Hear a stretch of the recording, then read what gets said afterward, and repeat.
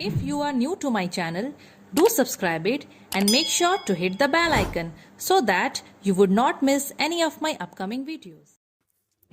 Hello dear students, ये जो हम लोग वीडियो बना रहे हैं ना, ये है रिलेटेड टू एटॉमिक स्ट्रक्चर। ठीक है, एटॉमिक स्ट्रक्चर जो आप लोग पढ़े हो केमिस्ट्री में, ये उससे रिलेटेड है। उसमें एक टॉपिक है आइसोटोप्स।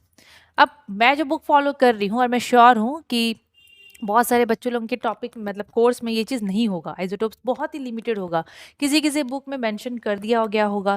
ठीक है, बाई चांस अगर मैं भूल गई होंगी उधर में तो मैं यहाँ पर बता दे रही हूँ। देखो बच्चों, आइसोटोप्स होते क्या है, और स्पेशली 2-3 स्टूडेंट्स ने मुझसे पूछा था कि मैम इसका एक छोटा सा वीडियो बना दो, इसलिए मैं अभी ये वाला बना रही हूँ।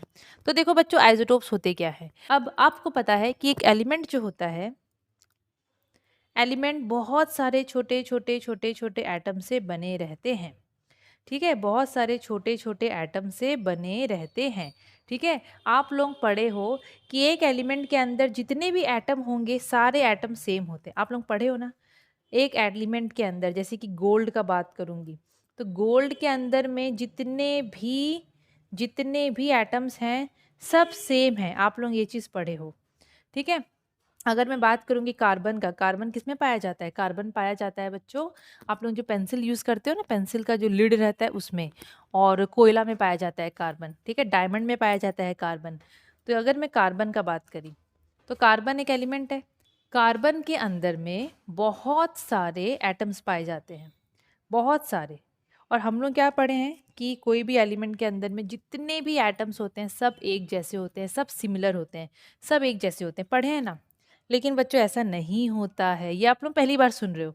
ठीक है, मैं इसलिए नहीं बताई थी ये चीज़ क्योंकि आप लोग फिर कंफ्यूज हो जाते, बिकॉज आइसोटोप्स था ही नहीं ना, इसलिए मैं नहीं बताई थी। पर बच्चों, ऐसा ज़रूरी नहीं है कि एलिमेंट के अंदर में सारे एटम्स एक जैसे हों, कुछ अलग भी होते हैं, कुछ अलग भी होते हैं। ठीक है, तो आइसोटोप्स का डेफिनेशन हम लोग कैसे लिखेंगे? Atoms of same element having same atomic number but different mass number. मतलब ऐसे एटम्स होते हैं सेम एलिमेंट के एटम्स होंगे। जैसे कार्बन है, कार्बन के सपोज 2 एटम है, ये एक एटम हो गया, ये एक एटम हो गया, ये दोनों कार्बन के एटम्स हो गए। दोनों का एटॉमिक नंबर सेम है ना बच्चों, 6 और 6 सेम है ना। तो atoms of same element having same atomic number, लेकिन इनका वजन अलग अलग होगा, वजन डिफरेंट होगा। मतलब इसका वजन सपोज 12 है तो इसका हो गया 13। ऐसा होता है, इसको हम लोग बोलते हैं आइसोटोप्स। आइसोटोप्स क्या होते हैं? Atoms of element having same atomic number. एक सेम एलिमेंट के एटम्स जिनका एटॉमिक नंबर कितना है? सेम है। इसका 6 तो इसका 6, मतलब ये क्या है? एटॉमिक नंबर है, same atomic number but mass number देखो, यहाँ 12 है, यहाँ 13, बट डिफरेंट मास नंबर।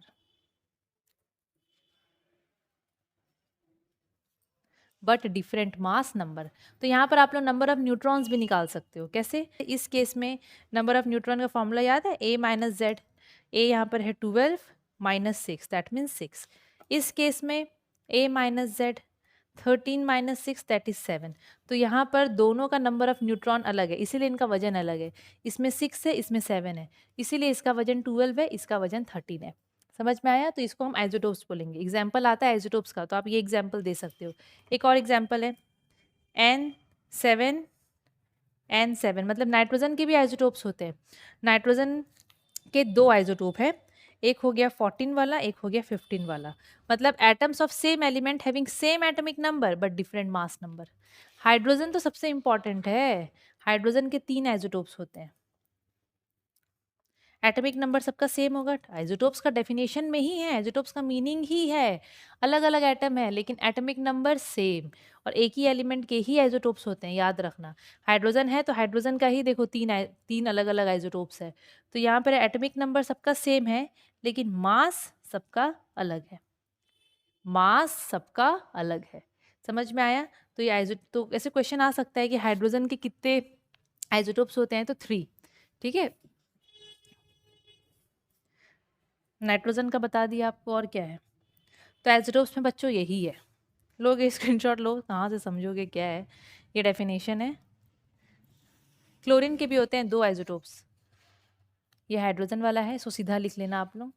ये कार्बन है, मैं यहाँ पर दोनों का नंबर ऑफ़ न्यूट्रॉन निकाल के दिखाई हूँ, ये एक और एग्जांपल है। और अगर बाय चांस आपको टीचर आपको पूछते हैं कि आइसोटोप्स का वजन अलग-अलग क्यों होता है? क्योंकि उनमें नंबर ऑफ़ न्यूट्रॉन्स अलग होते हैं।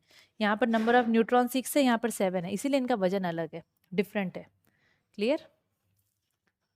और सबशेल का बच्चों, आप लोगों को मैं अभी लास्ट पार्ट जो है किसका, लैंग्वेज ऑफ केमिस्ट्री का, उसके एकदम आखिरी में बताई हूँ सबशेल का। वो कुछ नहीं है, सबशेल अभी पढ़ना ही नहीं है। शेल के अंदर में होता है सबशेल, जिसमें इलेक्ट्रॉन्स रहते हैं, पर वो बहुत ही क्रिटिकल सा है। हायर क्लासेस में पढ़ोगे, 11th में स्टार्ट होगा वो 11 से, तब पूरा दिमाग लगाना वहाँ पर। ठीक है, आई होप आप लोगों का आइसोटोप से रिलेटेड डाउट क्लियर हो गया होगा।